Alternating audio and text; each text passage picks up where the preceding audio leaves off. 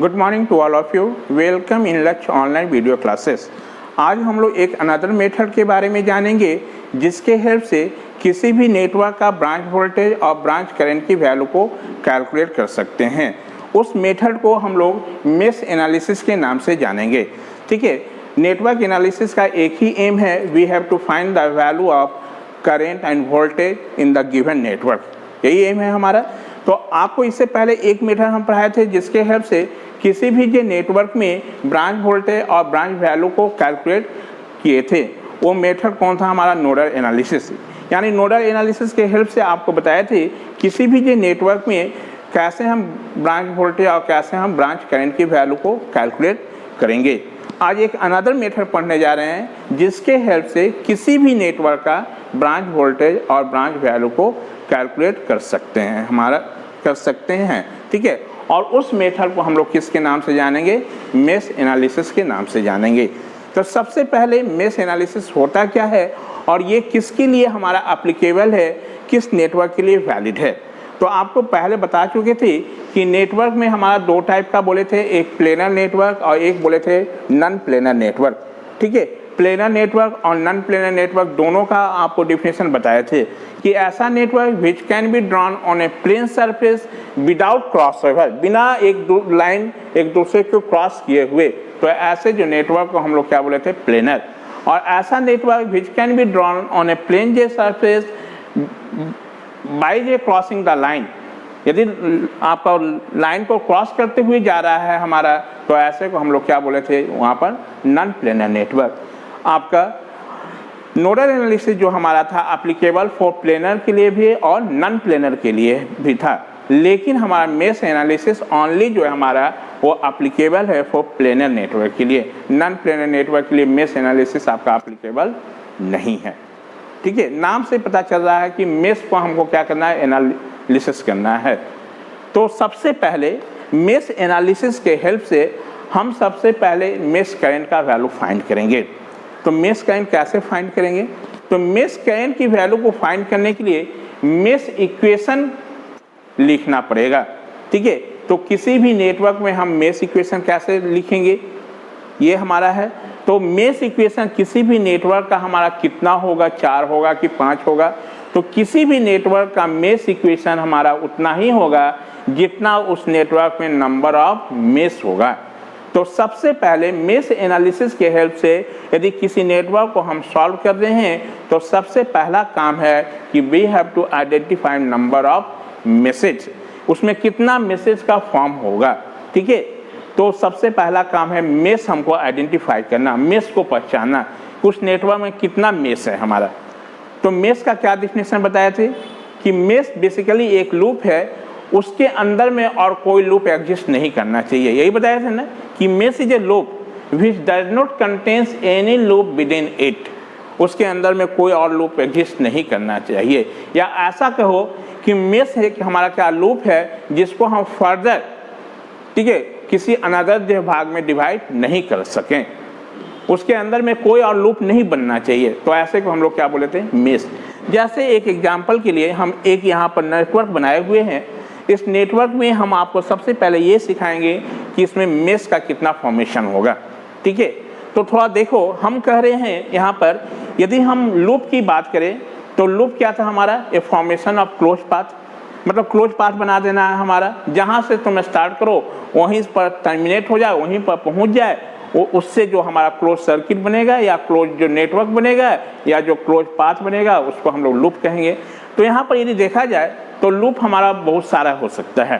कौन कौन सा लूप होगा सुनते जाना। पहले A B E F A एक लूप होगा, दूसरा B C D E B हमारा एक लूप होगा, तीसरा हमारा बोल रहे हैं A B C D E F A तीसरा हमारा, चौथा हम लूप बोल रहे हैं G H C A G चौथा होगा हमारा लूप। ठीक है, पांचवा हम बोल रहे हैं B E F A G H C B। यानी यहाँ पर देख रहे हो कि इस नेटवर्क जो ड्रॉ किए हैं इसमें बहुत सारा हमारा क्या है? लूप का फॉर्मेशन हो रहा है हमारा। ठीक है, लेकिन मेश हमारा क्या है?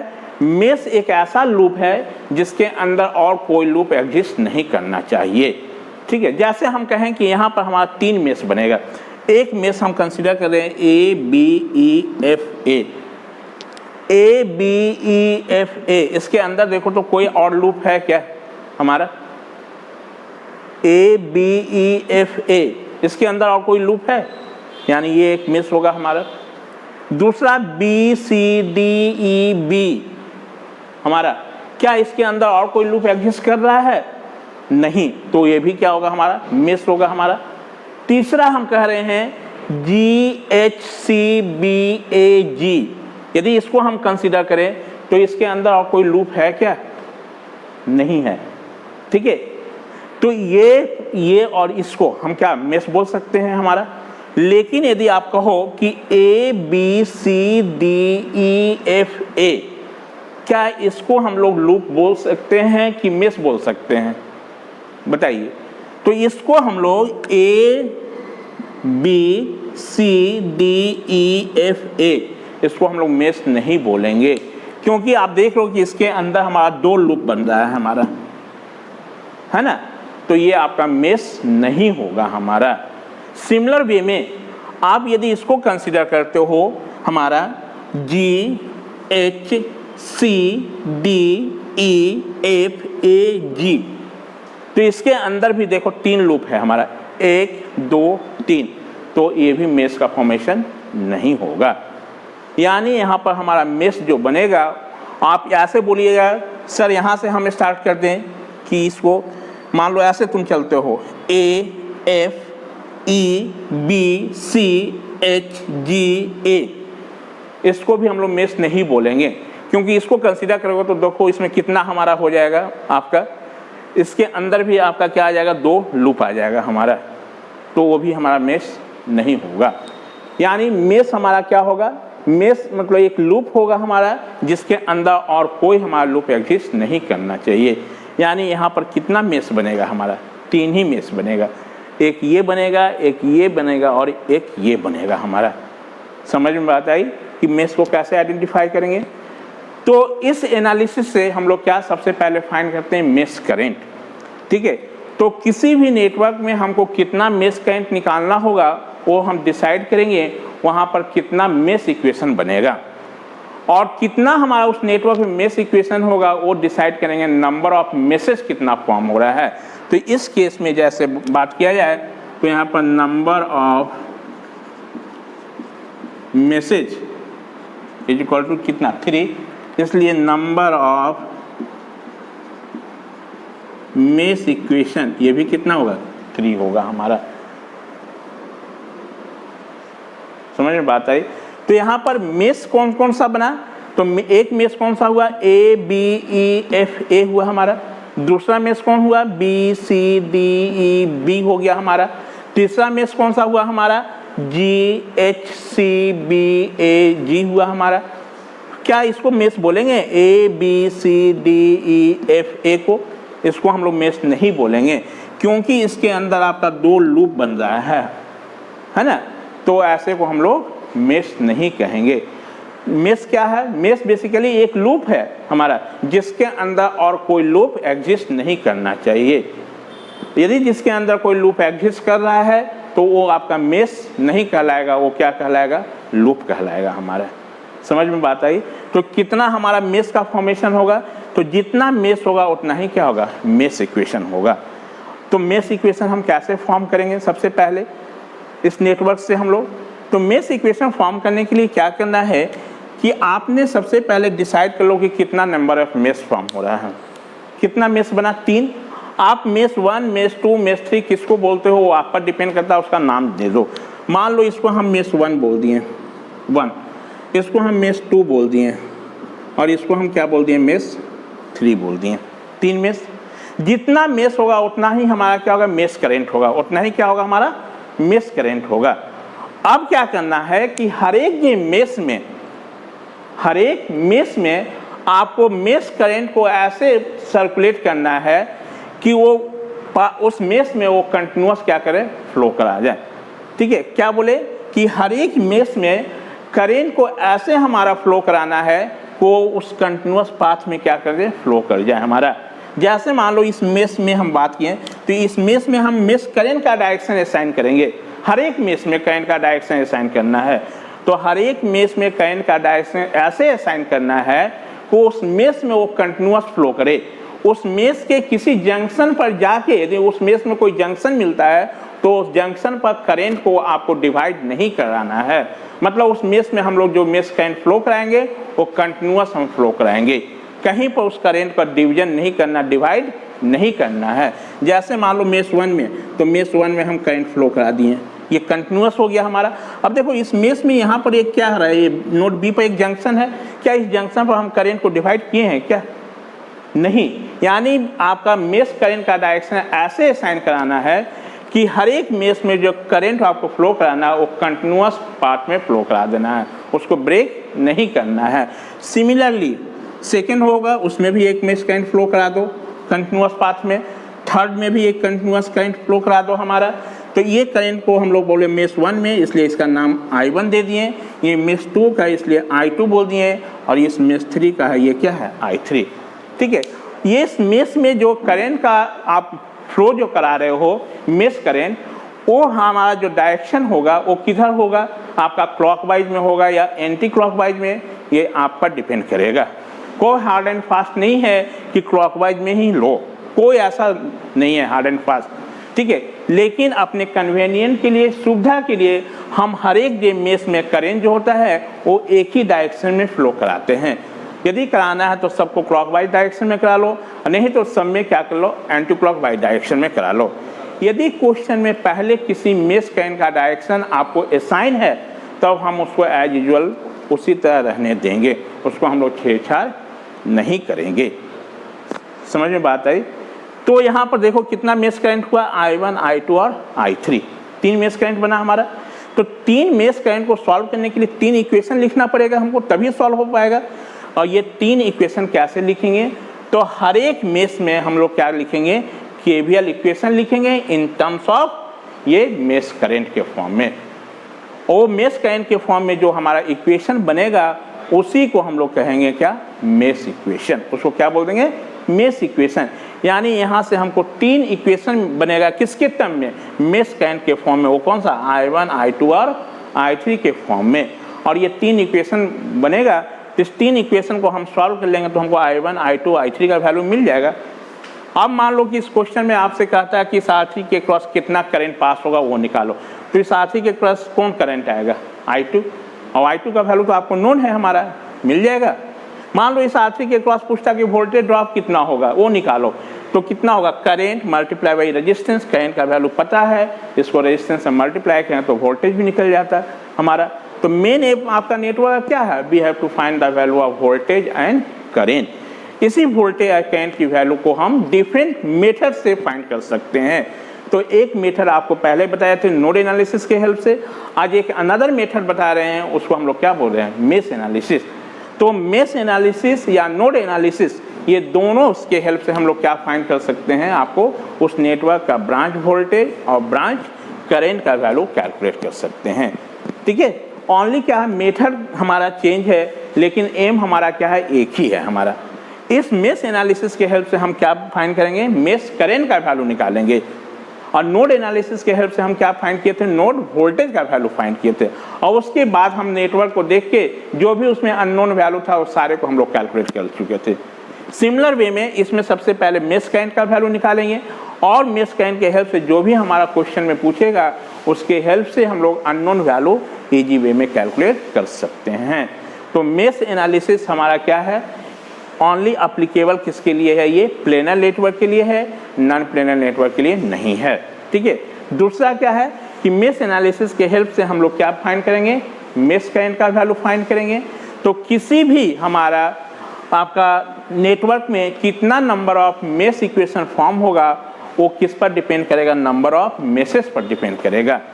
ठीक है, जितना नंबर ऑफ मेसेज होगा उतना ही क्या होगा, मेश इक्वेशन बनेगा। तो मेश इक्वेशन आपको फॉर्म करने के लिए क्या करना है कि हर एक जो मेश में हमको क्या लिखना है, केवीएल इक्वेशन लिखना है। हर एक मेश में क्या लिखना है, केवीएल इक्वेशन, वोल्टेज इक्वेशन लिखना। और वो वोल्टेज को इन टर्म्स ऑफ क्या, मेश करंट हम लोग लेते आए तो उसी इक्वेशन को हम क्या बोल देंगे, मेश इक्वेशन। तो मेश इक्वेशन लिखने के लिए सबसे पहले क्या करना है आपको, you have to identify number of meshes, mesh identify करना है। जितना मेश होगा उतना ही मेश इक्वेशन होगा, ठीक है। मान लो यहाँ पर जैसे 3 मेश हुआ तो 3 मेश इक्वेशन बनेगा। इस मेश इक्वेशन को फॉर्म करने के लिए सबसे पहले क्या करना है, हर एक मेश में आपको मेश करंट असाइन करना है। इस मेश करंट को ऐसे असाइन करना है को कंटिन्यूअस पार्ट में, उस मेश के कंटिन्यूअस पार्ट में क्या कराना है, फ्लो करा देना है, ठीक है। मेश के कंटिन्यूअस पार्ट में क्या कराना है, फ्लो कराना है। उस मेश के किसी जंक्शन पर हमको इसको जाकर डिवाइड नहीं करना है। मतलब जो हमारा मेश करंट असाइन करना है उसको क्या करना है, उस मेश में हम कंटिन्यूअस पाथ में उसको फ्लो करा देंगे, मतलब कंटिन्यूटी फ्लो करा देंगे, एकदम लगातार फ्लो कराना है, उसको कहीं हमको डिवाइड नहीं करना है। जैसे यहाँ पर देखो 3 मेश हम डिसाइड किए, हर एक मेश में देखो करंट हम लोग क्या किए हैं, कंटिन्यूअस फ्लो करा दिए। कहीं इस करंट को बातें हैं क्या, डिवाइड किए हैं, नहीं हमारा। अब यहाँ पर से 3 हम लोग को मेश इक्वेशन मिलेगा। 3 मेश इक्वेशन कैसे, by writing KVL equation. 3 equation को हम सॉल्व करेंगे तो हमको क्या मिल जाएगा, मेश करंट का वैल्यू मिलेगा। तो इसको मेश करंट हम कैसे फाइंड करेंगे, मेश इक्वेशन कैसे डिटरमाइन करेंगे, ये हम तो आगे चलेंगे कैसे फाइंड करेंगे। तो पहले ये बताया गया कि मेश एनालिसिस होता क्या है ना। तो मेश एनालिसिस क्या है हमारा, इसका कहाँ हम लोग यूज करते हैं, किस नेटवर्क के लिए वैलिड है। तो mesh analysis is valid for किसके लिए, प्लेनर नेटवर्क के लिए। नॉन प्लेनर नेटवर्क के लिए मेश एनालिसिस वैलिड नहीं है, ठीक है। दूसरा हमारा मेश एनालिसिस के हेल्प से हम लोग क्या फाइंड करते हैं, मेश करंट का वैल्यू फाइंड करते हैं। क्या करेंगे, मेश करंट।